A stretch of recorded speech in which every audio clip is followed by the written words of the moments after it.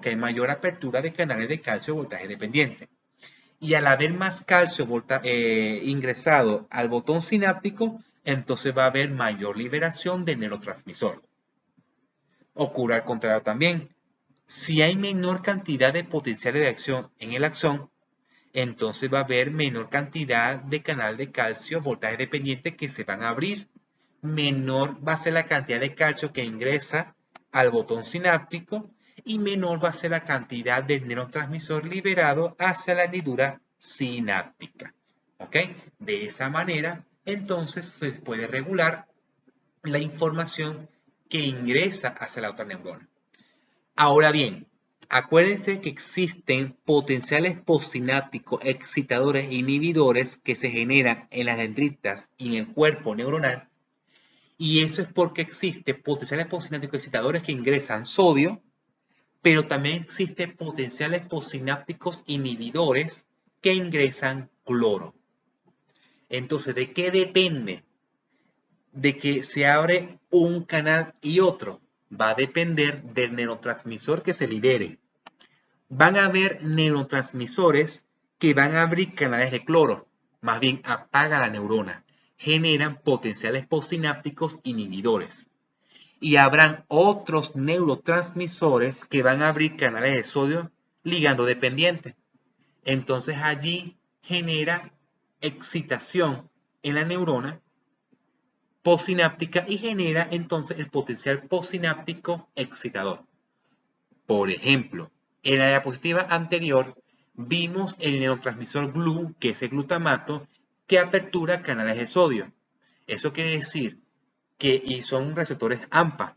¿Qué quiere decir?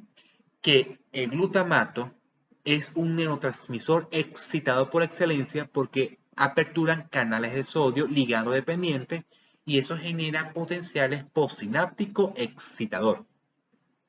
Y más adelante veremos los neurotransmisores que generan potenciales postsináptico inhibidor. En esta diapositiva se muestra cómo se sintetiza la vesícula sináptica y su ciclo. Ella se encuentra justamente en el botón sináptico, que sería este.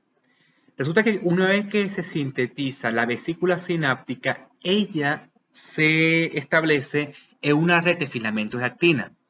Acuérdense que los filamentos de actina son proteínas que forman parte del citoesqueleto. Dentro de la vesícula sináptica se encuentra el neurotransmisor. Vamos a ver más adelante los distintos tipos de neurotransmisores, cómo se sintetiza y cómo se degradan. Al final, cuando se sintetiza, el neurotransmisor se acumulan en la vesícula sináptica y ellas se encuentran establecidas aquí dentro de los filamentos de actina. Una vez que ingrese una señal al botón sináptico, estas vesículas sinápticas llegan y se unen a la membrana presináptica para liberar el neurotransmisor. ¿Qué señal es esa? Pues el calcio. Acuérdense que aquí existen canales de calcio voltaje dependiente que dependen de la entrada o la llegada de la potencial de acción provenientes del axón para que estos canales de calcio detecten ese cambio de voltaje para su apertura y cuando ingrese calcio al botón sináptico hace cambios en este citoesqueleto de actina para que se traslade esta vesícula sináptica hacia esta membrana plasmática que es la presináptica. Fíjense que aquí la membrana plasmática de la vesícula sináptica se une a la membrana plasmática de la membrana presináptica del botón sináptico y así se libera el neurotransmisor. Una vez que se libere el neurotransmisor, esta vesícula sináptica se vuelve a crear de nuevo y completa el ciclo. En un principio, estas vesículas sinápticas recién creadas no tienen neurotransmisores en su interior. Una vez que en el botón sináptico crea el neurotransmisor, lo ingresa dentro de la vesícula sináptica y luego se almacena para prepararlo para a la nueva llegada de la entrada de calcio, entonces otra vez esta vesícula sináptica complete el ciclo. ¿Ok? Existe un conjunto de proteínas, ¿sí?, que participa en el ciclo de la vesícula sináptica, pero no las voy a mencionar. ¿ok? Solamente quiero que sepan que existe un ciclo de vesículas sinápticas cuya función es almacenar el neurotransmisor y que se libera de manera que cuando recibe el estímulo, el botón sináptico se libere el neurotransmisor hacia la hendidura sináptica. Fíjense que en esta diapositiva les muestro, esta es la membrana plasmática de la vesícula sináptica y esta es la membrana plasmática del botón sináptico, específicamente la membrana presináptica, ¿ok? Fíjense que aquí hay un conjunto de proteínas cuya función sería acercar la membrana plasmática de la vesícula sináptica con las membranas plasmáticas del botón sináptico, específicamente la presináptica. Fíjense que aquí estas proteínas cumplen esta función que deberían estar codificadas en el ADN mediante genes, ¿ok? Por esa razón, en las clases pasadas había especificado que existe un conjunto de proteínas o millones y millones de proteínas que cumplen millones y millones de funciones. ¿Qué pasa? Que si estas proteínas no existieran, entonces esta vesícula sináptica no se puede unir a la membrana presináptica y por ende no puede haber liberación del neurotransmisor. ¿Sí? Imagínense que existan ciertas sustancias químicas que bloquean a esta proteína y me inhiba la liberación de ciertos neurotransmisores al espacio sináptico. Y si no se liberan los neurotransmisores en el espacio sináptico, no van a interactuar con los canales ligando dependientes que se encuentran en la membrana postsináptica. Eso quiere decir en la otra neurona. Imagínense que el neurotransmisor que se acumula en esta vesícula sináptica sería la acetilcolina. La acetilcolina es un neurotransmisor que participa en la contracción muscular, ¿ok? Por ejemplo, el bíceps braquial, el cuádriceps femoral, incluyendo los músculos de la cara, que participa en la mímica facial, ¿sí? O sea, la expresión mímica de alegría, tristeza, asombro, todos ellos tienen que contraerse el músculo de la cara. Y eso es gracias a la liberación de acetilcolina del nervio, que se llama motoneuronas alfa, hacia el músculo, ¿ok? De la cara. Pero si no hay liberación de la acetilcolina, entonces el músculo no se va a contraer. Entonces, hay sustancias químicas que me liberan la liberación del neurotransmisor acetilcolina y por ende no hay contracción muscular. Ese, por ejemplo, sería el mecanismo de acción de la toxina botulínica. La toxina botulínica o el Botox lo que hace es inhibir estas proteínas y estas proteínas inhibe que esta vesícula sináptica se una a la membrana presináptica, ¿sí? Y por ende no se libera el neurotransmisor y por ende no hay contracción muscular, en este caso del sitio donde se inserta la toxina botulínica mediante inyecciones.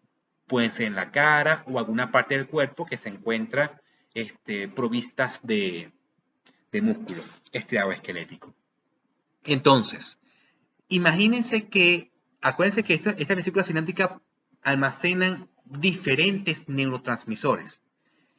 Imagínense que existan sustancias químicas que me inhiban ciertos tipos de neurotransmisores que no sea acetilcolina. Puede ser inhibidor de la liberación de dopamina, de serotonina, de noradrenalina, ¿sí? Entre otros neurotransmisores, glutamato. Y entonces, si no hay liberación de neurotransmisor, entonces simplemente no se va a activar o no se va a inhibir la otra neurona mediante la sinapsis química. ¿Ok? Entonces, cuando ustedes vean psicofarmacología, ¿verdad? Por ejemplo, mecanismos de acción de antidepresivos, los mecanismos de acción de ciertas sustancias, ciertas sustancias tipo drogas, van a ver que pueden haber control de la liberación y el mecanismo de acción de los neurotransmisores. Y uno de ellos sería inhibir la unión entre la vesícula sináptica y la membrana presináptica.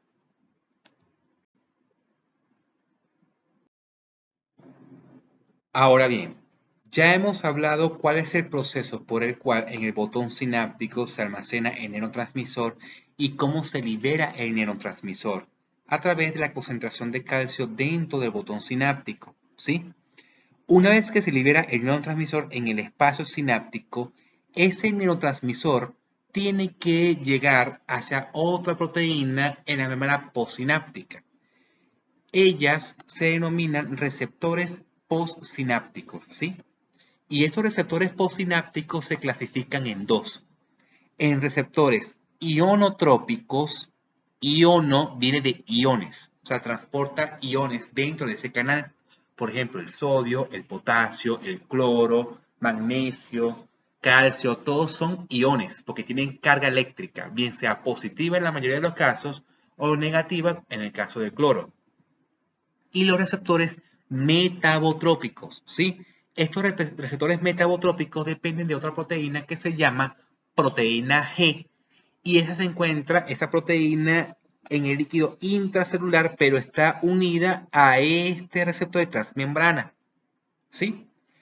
Ambos receptores son ligando dependientes. ¿Qué quiere decir eso? Que depende del ligue de un neurotransmisor para que se active. ¿Ok? Activar quiere decir, en el caso de los receptores ionotrópicos, aperturar el canal. Y en el caso de los metabotrópicos, activar a la proteína G. ¿Ok?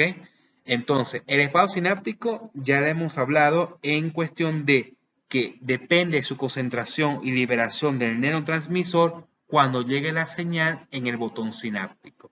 Ahora vamos a enfocarnos en la membrana postsináptica y sus receptores. Vamos a comenzar a describir lo que son los receptores ionotrópicos. En primer lugar, son ionotrópicos porque trasladan y traspasan a través de la membrana plasmática iones. Los iones son átomos o moléculas con cargas positivas o negativas. Por ejemplo, átomos como el sodio, el potasio, el calcio, el magnesio tienen cargas positivas, mientras que el cloro tiene carga negativa. Entonces, fíjense que aquí tenemos un receptor, ¿verdad? Que es una proteína transmembrana en forma de canal. Y esta depende de una sustancia química, por ejemplo, en este caso, forma triangular, que encaja sobre este receptor y cambia la configuración de esta proteína, cambiándola de un estado que está cerrado a un canal que está abierto. Y aquí traspasa los iones. Hay varias características que hay que tomar en cuenta aquí en este tipo de canales. Uno, el canal está diseñado para traspasar ciertos iones, no todos. Van a haber canales que van a traspasar solamente sodio, otros el potasio, otros sodio y potasio en desigualdad, traspasan más sodio que potasio, por ejemplo. Van a haber otros canales que traspasan cloro, otro que traspasa el calcio, en fin. Cada canal va a tener un traspaso de iones específicos. Otra característica, se va a unir, ¿sí?, este receptor a ciertos tipos de sustancias, no cualquiera. O sea, que es específico a ciertas sustancias. Por ejemplo, si existe una clasificación de neurotransmisores, eso quiere decir que cada canal va a tener afinidad sobre un neurotransmisor, no de todos los neurotransmisores, sino de algunos. Entonces, por esa razón, hay neurotransmisores que son excitadores porque traspasa sodio, por ejemplo, y van a haber otros neurotransmisores que van a traspasar el cloro, que tiene carga negativa. O sea, ¿qué quiere decir?